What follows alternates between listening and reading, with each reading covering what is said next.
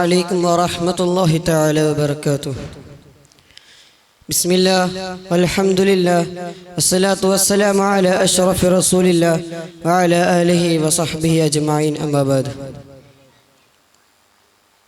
ബഹുമാനപ്പെട്ട ഉസ്താദുമാർ, എൻ്റെ ശബ്ദം ശ്രവിക്കുന്ന മറ്റു മുത്തഅല്ലിം സുഹൃത്തുക്കൾ, യുദ്ധക്കൊതിയും യുദ്ധഭീതിയും എന്ന വിഷയത്തെ അധികരണം ചെയ്ത് സംസാരിക്കാനാണ് നിർദ്ദേശിച്ചിട്ടുള്ളത്.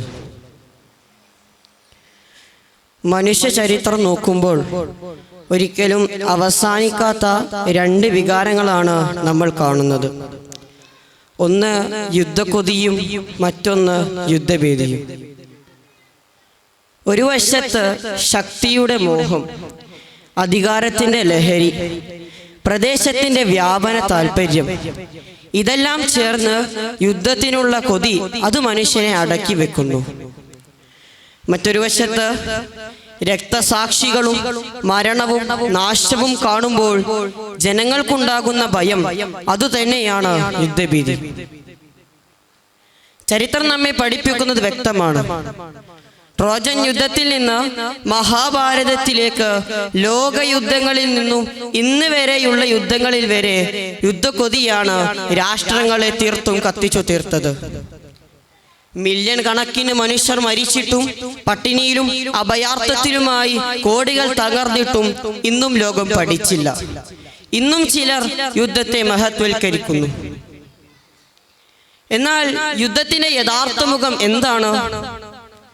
വെടിയുണ്ട വീഴുമ്പോൾ അതിൽ മരിക്കുന്നത് യോദ്ധാക്കൾ മാത്രമല്ല, അമ്മമാർക്ക് കുഞ്ഞുങ്ങളെ നഷ്ടപ്പെടുന്നു, കുട്ടികൾക്ക് ബാല്യം നഷ്ടപ്പെടുന്നു, പട്ടണങ്ങളും ഗ്രാമങ്ങളും കത്തുന്നു.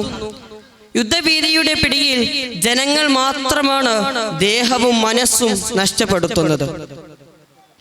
അതേസമയം രാഷ്ട്രീയ വേദികളിൽ നിന്നും വിളിക്കുന്നവർ, മൈക്കിൽ നിന്ന് യുദ്ധഗാനം ആലപിക്കുന്നവർ, അവർക്ക് യുദ്ധത്തിന്റെ തീയിൽ കരിഞ്ഞു പോകേണ്ടി വരാറില്ല. യുദ്ധത്തിന്റെ ചെലവ് സാധാരണ മനുഷ്യരാണ് അടക്കാറ്. ഇവിടെയാണ് യുദ്ധക്കൊതിയും യുദ്ധഭീതിയും തമ്മിലുള്ള ദാരുണമായ വൈരുദ്ധ്യം. എന്നാൽ യുദ്ധം ഒഴിവാക്കണം എന്ന് പറയുന്നത് ഭീരുത്വമല്ല, ശാന്തിക്കായി പരിശ്രമിക്കുന്നത് ദുർബലത്വവുമല്ല. യഥാർത്ഥ ശക്തി എന്നുള്ളത് യുദ്ധം ഒഴിവാക്കാൻ കഴിയുന്ന ശക്തിയാണ്. കാരണം യുദ്ധം ജയിക്കുന്നതിൽ പോലും മരിക്കുന്നത് മനുഷ്യരാണ്. എത്ര വലിയ വിജയത്തിന് ശേഷവും മനുഷ്യരാശിക്ക് കിട്ടുന്നത് കണ്ണീരും ശവക്കുടീരകളും മാത്രമാണ്. ഞാൻ ചോദിക്കട്ടെ, നമ്മുടെ ഭാവി യുദ്ധക്കൊതിയിലാണോ, അല്ലെങ്കിൽ ശാന്തിയുടെ വഴിയിലാണോ? നമ്മുടെ രാഷ്ട്രങ്ങൾ യുദ്ധത്തിനുള്ള പണം വിദ്യാഭ്യാസത്തിനും ആരോഗ്യത്തിനും ചിലവഴിച്ചാൽ ലോകം എത്ര നല്ലതാകും.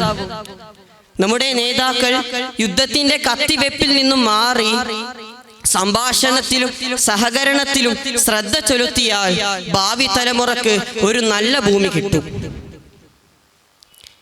യുദ്ധക്കൊതി നമ്മെ വേരോടെ തീർക്കും, യുദ്ധഭീതി നമ്മെ വിറപ്പിക്കും.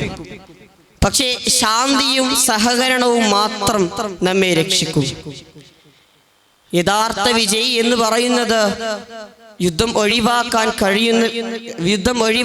കഴിയുന്നവനാണ് എന്ന് പറഞ്ഞുകൊണ്ട് ഞാൻ എൻ്റെ വാക്കുകൾ അവസാനിപ്പിക്കുന്നു. അൽഹംദുലില്ലാഹി റബ്ബിൽ ആലമീൻ. അസ്സലാമു അലൈക്കും വറഹ്മത്തുള്ളാഹി തആല വബറകാതുഹു. യുദ്ധത്തെക്കാൾ ഭീകരമാണോ പോസ്റ്റ് വാർ പീരീഡിന്റെ വേദനകൾ? ഉപ്പയില്ലാത്ത മക്കൾ